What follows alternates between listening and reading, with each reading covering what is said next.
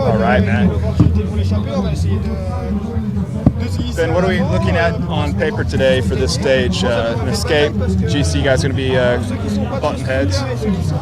You're going to see a breakaway win, I'm pretty sure. I don't know about us. I think someone will probably give it a nudge on the climb. I'd be surprised if there's big gaps, but you never know, to be honest. It's still a long day. But yeah, I think the fight for the breakaway is going to be pretty spicy. Give us an insight in how you and the team staff prepare for the stage and how you understand the stage if you've never ridden the road before, and how do you know what's coming up? I think most teams use an application called VeloViewer, but you got Google Maps as well. That's your friend, and you just try to do as much research into critical points, moments where lots of corners all bunched together, whether it's an exposed road as well, or how narrow or wide it is. So it kind of puts importance onto when you need to really be at the front and when you can probably just take your little mental break and sit a bit further back sometimes, because that's also something that I find quite important, to know when to switch off. But today, the final 20 Ks, you have to be very much at the front. Very much turned on and well into the mark of that MK, even moves in that region.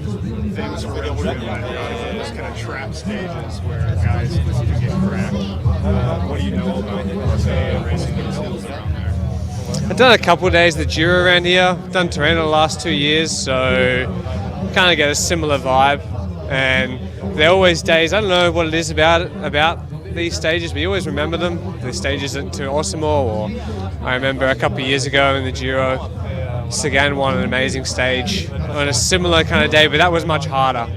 So yeah, they're kind of always memorable, and they're pretty fun racing. So hopefully it stays dry, and then we can all have a bit of a go. Do you see today as an opportunity for you to try something? Because we know, we have seen not too many gaps in the long climbs for the opponent of the podium.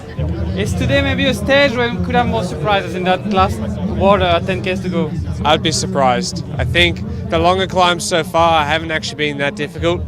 So, I mean, for example, the stage 10 climb, there was quite a lot of headwind, and it was still pretty much big ring the whole time. So it's not really ones where you can probably make your biggest deficit.